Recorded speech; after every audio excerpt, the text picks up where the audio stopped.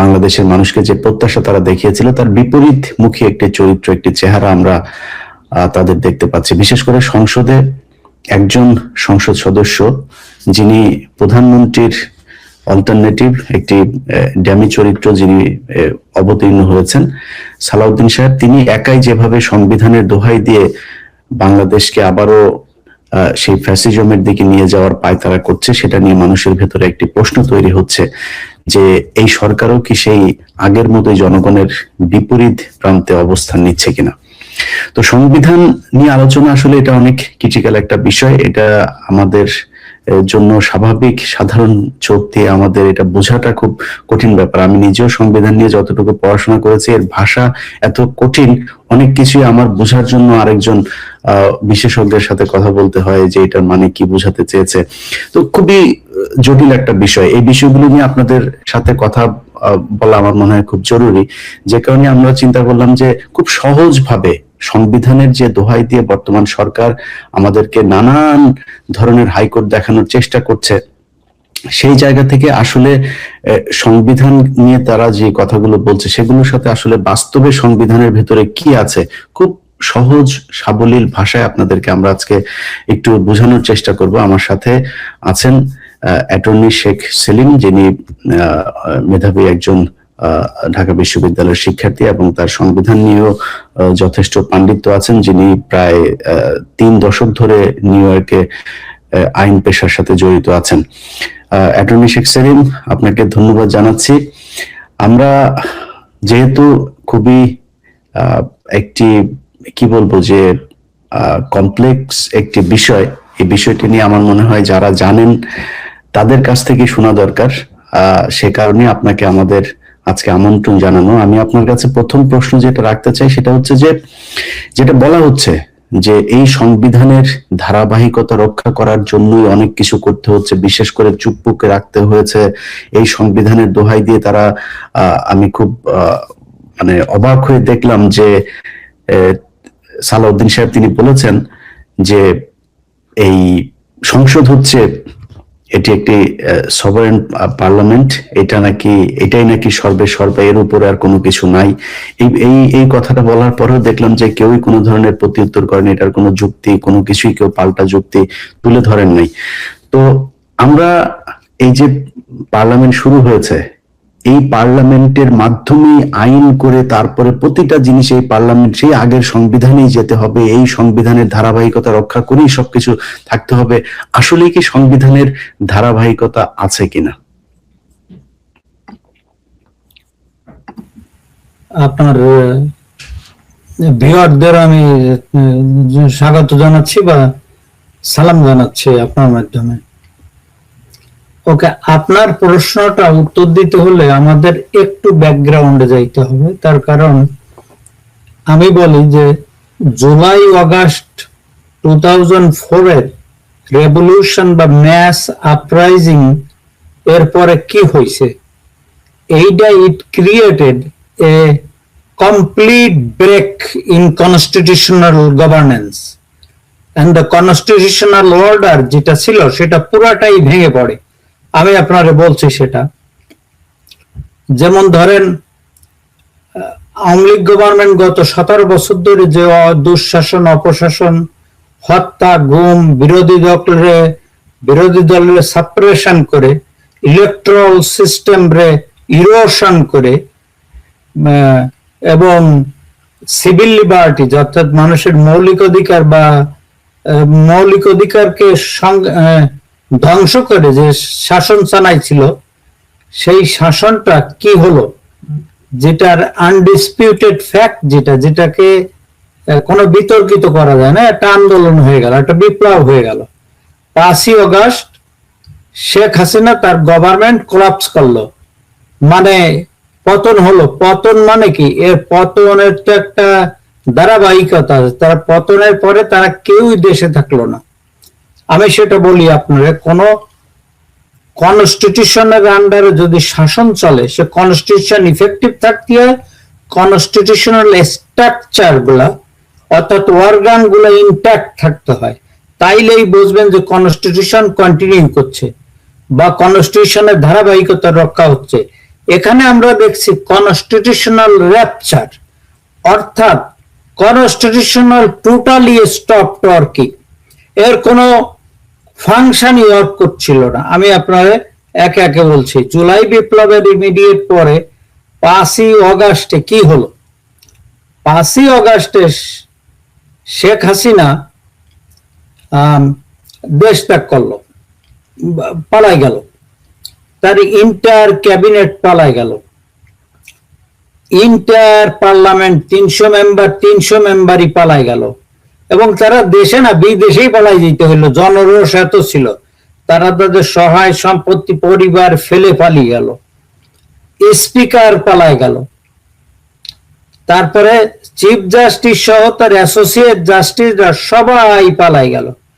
তো একটা সরকারের 3টা অঙ্গ, নির্বাহী, বিচার বিভাগ এবং আইন বিভাগ, কেউ থাকলো না, সবাই পালাই গেল। তারপরে কি হইলো? লোকাল গভর্নমেন্ট গুলোতে যারা ছিল, উপজেলা চেয়ারম্যান, ইউনিয়ন কাউন্সিলর, তারাও পালাই গেল। সিভিল বিউরোক্রেসি যারা ছিল, সচিব, পুলিশ, সমস্ত কিছু পালাই গেল। এদের কোন, দিজ আর আনডিসপিউটেড ফ্যাক্ট। প্রেসিডেন্টও দোয়া ইউনুস পড়তেছিল, he was on the verge of flying. তারপরে সাম পিপুল কইছে তারে, বলছে না আপনি থাকেন। ওকে, তারপরে কি হলো? রাষ্ট্রযন্ত্রে বিরাট এক শূন্যতার সৃষ্টি হলো, আইনগত শূন্যতা, কনস্টিটিউশনাল অর্ডার, কনস্টিটিউশনাল গভর্নমেন্ট যারা শেখ হাসিনার রেজিম ছিল, তারা সবই ভেঙে পড়লো। তার মানে কি? কনস্টিটিউশন লজ র্যাপচার্ড, এটা একটা শব্দ হচ্ছে কি কনস্টিটিউশন স্টপ ওয়ার্কিং। এইখানে কারা টুক ওভার করলো? এবং with the convergence of political parties, people, all armed forces এবং রিভোল্টিং পিপুল সবাই মিলে একটা সরকার গঠন করলো। তার নাম দেয়া হলো ইন্টারিম গভর্নমেন্ট।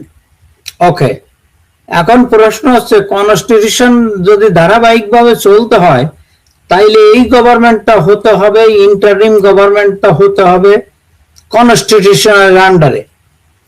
কিন্তু আপনি কনস্টিটিউশন পড়ে দেখবেন, it's a extraordinary, extra constitutional government, যেটা কনস্টিটিউশনের বাইরে।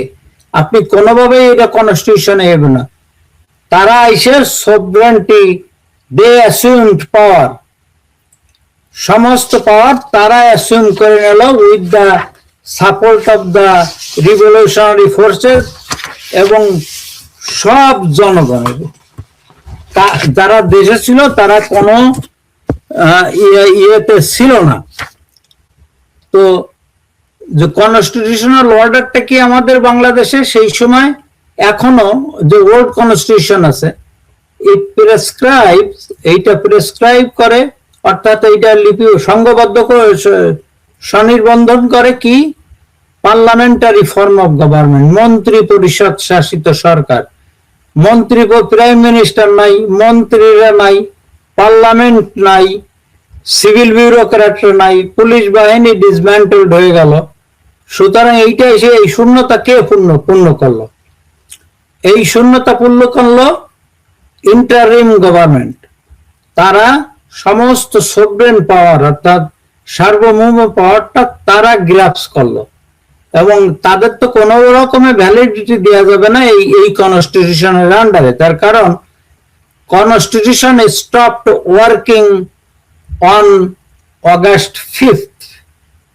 So কনস্টিটিউশন ডিসপ্লেসড হয়ে গেল প্র্যাকটিক্যালি, এবং with the concept of all state organs, powers, public at large, political quarters, everybody, এবং হল শাসনযন্ত্র এসে ইউনূস সরকারের আনুগত্য স্বীকার করলো। তার মানে কনস্টিটিউশনাল অর্গানের কোনোটাই আর ইফেক্টিভ থাকলো না। কনস্টিটিউশনাল শাসনটা পুরা বন্ধ হয়ে গেল। It stop working completely, সিসেশন। বিচার বিভাগ, আইন বিভাগ, নির্বাহী বিভাগ সব নতুন করে ইউনুসের বর্ষতা স্বীকার করলো। ইউনুস তো কোনো কনস্টিটিউশনাল গভর্নমেন্ট না, কোন লয়ার কেউ কিছু বলতে পারবে না, কোনোভাবেই দেখাইতে পারবেন না আপনি এটা, ইটস ইম্পসিবল। তার কারণ আপনি প্র্যাকটিক্যাল জিনিসটা, এই পলিটিক্যাল ফ্যাক্টসটা এবং প্র্যাকটিক্যাল ফ্যাক্ট, সেটা তো আপনি রিপ্লেস করতে পারছেন না, এটা তো সত্যি কথা, ইজ আনডিসপিউটেড। তারপরে তারা কি করলো, তারা অর্ডার ইস্যু করা শুরু করলো, তারাই রাষ্ট্রটা চালালো এক্সটেন্ডেড পিরিয়ড, 1.5 বছরের পরে তারা রেগুলেশন করলো প্রায় 133টা। এগুলো কেন এরা করেছে? Constitution was not the source, because ওই যে আমাদের দেশে একটা কথা বলে না, যেমন আগে, বর্তমানে যারা বলছে তারাও বলছে, আগেও সবাই বলছে, ইভেন মরহুম বেগম খালেদা জিয়া বলছে যে কনস্টিটিউশন ছুঁড়ে ফেলে দেওয়া হয়েছে। ডিসপ্লেসমেন্ট মানেই ওইটা, ছুঁড়ে ফেলে দেওয়া হয়েছে। The constitution still remains displaced, এখনো ডিসপ্লেসড আছে। তার কারণ বর্তমান সরকারের পাওয়ার নাই ওই কনস্টিটিউশনের ইফেক্ট দেয়া, সেটা আমি একটু পরে বলতেছি কিভাবে। সুতরাং কনস্টিটিউশন, এই যে বর্তমান ইলেকশনটা হয়েছে, এই যে ইউনুস গভর্নমেন্টের authority, it was not created by the constitution. কনস্টিটিউশনে কোনো প্রভিশন নাই, কোনো বিধান নাই যে ইন্টারিম গভর্নমেন্টকে ভ্যালিডিটি দেয়া বা এইটা ইন্টারিম গভর্নমেন্টে ঢুকানো। Constitution is the supreme law. আপনি অনুমান করে বলতে পারবেন না যে এই যে কনস্টিটিউশন। যখন সুপ্রিম ল বলতেছে যে সবচেয়ে বড় আইন, এবং এই আইনের সাথে এনিথিং সাংঘর্ষিক অন্য আইন, সেটাও বাতিল। তো যেখানে ইন্টারিম গভর্নমেন্ট নাই, যেখানে council of advisers, interim government Yunus lead করেছে, তার সম্পর্কে একটা কাউন্সিল অফ গভর্নমেন্ট সম্পর্কে আপনি খুঁজে পাবেন না। এখানে আমি আর একটা কথা বলি, কিছু কিছু সময় শোনা যায় যে বাংলাদেশের লোকজন বলেন যে ওয়েল, সুপ্রিম কোর্ট তো এটি অ্যাপ্রুভ করেছে 106 আর্টিকেল 106 এর মাধ্যমে। Supreme court still is bound under the constitution. আর 106 আর্টিকেল পড়ে দেখেন, এইটা ওই নতুন গভর্নমেন্ট অর্থাৎ ইন্টারিম গভর্নমেন্ট ক্রিয়েট করার ক্ষমতা সুপ্রিম কোর্টের নাই। আর এইটা হলো মিয়ার, is a very limited non-binding nature of power in 106. It's a advisory power, president দেওয়ার advisory power। প্রেসিডেন্ট এই অ্যাডভাইসটা মানতেও পারে, নাও মানতে পারে। সুতরাং এটা আমরা জুডিশিয়াল আইনের ভাষায় বলি, it's not a adjudicative power, it's merely advisory consultative power, অর্থাৎ কনসালটেট করতে পারে। আপনি আমার সঙ্গে একটা জিনিস কনসাল্ট করতে পারেন, আমি কি বললাম সেটা আপনি নিতেও পারেন, নাও নিতে পারেন, এর বেশি কিছু না। ইটস নট অ্যাডজুডিকেটিভ পাওয়ার, অর্থাৎ এটা অ্যাডজুডিকেট করে দিলাম, বিচার করে দিলাম, এটা বাইন্ডিং ন। আর সুপ্রিম কোর্টের এই কনস্টিটিউশনাল পাওয়ার নাই যে উনি একটা নতুন ফর্ম অফ গভর্নমেন্ট সৃষ্টি করতে পারে। সুপ্রিম কোর্ট এই পাওয়ারটা কারো নাই। এই পাওয়ার কনস্টিটিউশন অ্যামেন্ডমেন্ট করে না। This is a basic structure of the constitution. Form of government করতে হলে নতুন কনস্টিটিউয়েন্ট পাওয়ার দরকার। পার্লামেন্টের ডেরিভেটিভ কনস্টিটিউয়েন্ট পাওয়ার আছে, কিন্তু মূল পাওয়ার নাই।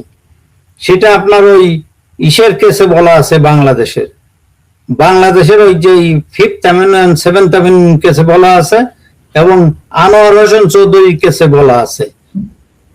এগুলা ওই সময় যে জাজরা নিয়েছিল, আমি তাদের অনেক ক্রেডিট দেবো, এগুলো বহু দেশের জুরিসপ্রুডেন্স ঘেটে নেওয়া হয়েছে। তার কারণ ওই কেসগুলোর যে প্রিন্সিপাল, আমি এক্স্যাক্টলি ওয়ার্ড বাই ওয়ার্ড মিল পাইছি আমেরিকান কনস্টিটিউশনাল কেসে, যেটা 1800 পর্যন্ত মানে পিছনে যে আমেরিকান সুপ্রিম কোর্টের রায়গুলা দিছে। সুতরাং এই কেসগুলোর ক্রেডিবিলিটি আছে।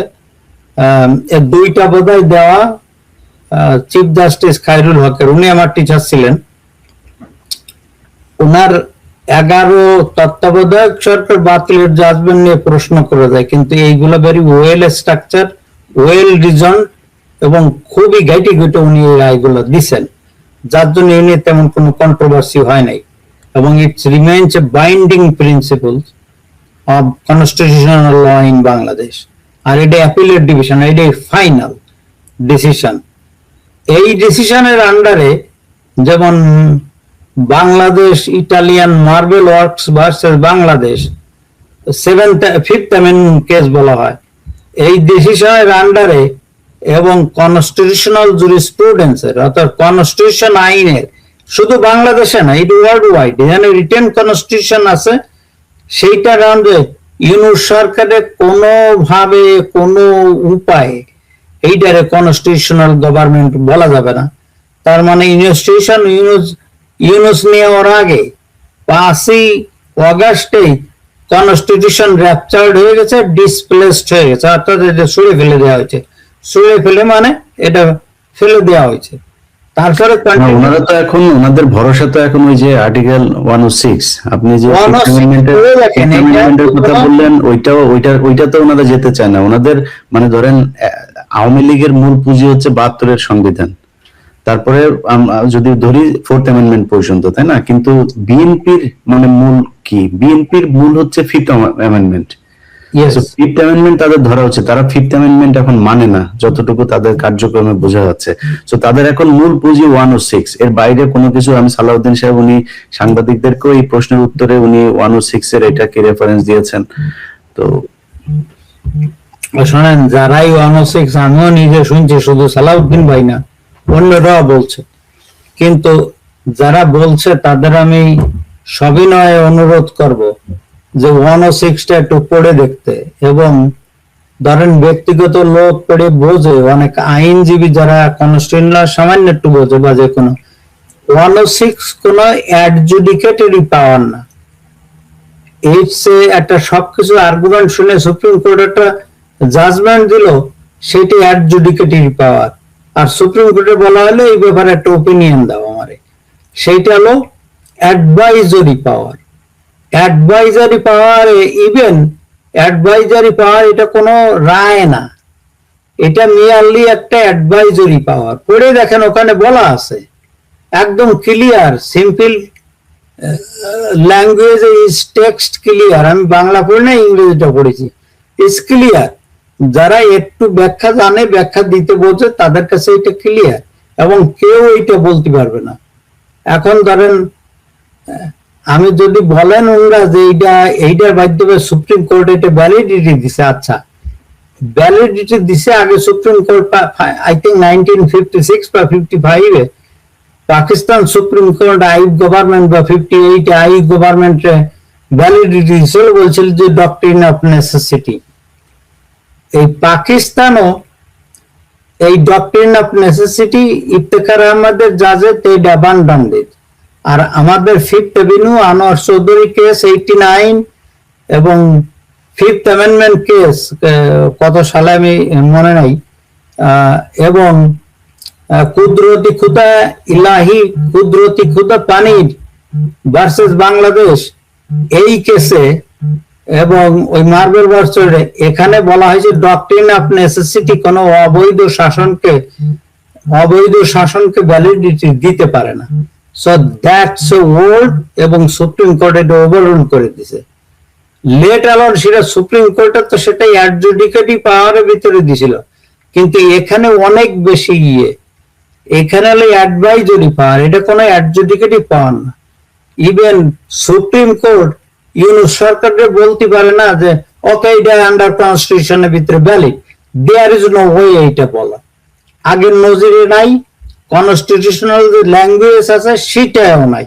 তার কারণ কনস্টিটিউশনে বলা আছে পার্লামেন্টারি ফর্ম অফ গভর্নমেন্ট, অর্থাৎ মন্ত্রী বৈশিষ্ট্য শাসিত সরকার। এখানে কোনো ইন্টারিম সরকারের কোনো প্রভিশনই নাই। অ্যাডভাইজারি কাউন্সিল অর্থাৎ এর কোনো প্রভিশন নাই। 106 এর ভিতরে দিয়ে কোন আনকনস্টিটিউশনাল রেজিমকে কনস্টিটিউশনের ভিতরে দেওয়ার পাওয়ার সুপ্রিম কোর্টের নাই। আমরা আইনের ভাষাকে ইজ আল্ট্রা ভিরাস দ্য পাওয়ার। তার কারণ কনস্টিটিউশনে যেটা নাই, সুপ্রিম কোর্ট সেটা বলতে পারে না এইটা এই গুজামিল দেওয়ার অধিকার সুপ্রিম কোর্টের নাই। ইট ল্যাক্স জুরিসডিকশন, অর্থাৎ এদের এখতিয়ার বহির্ভূত এটা।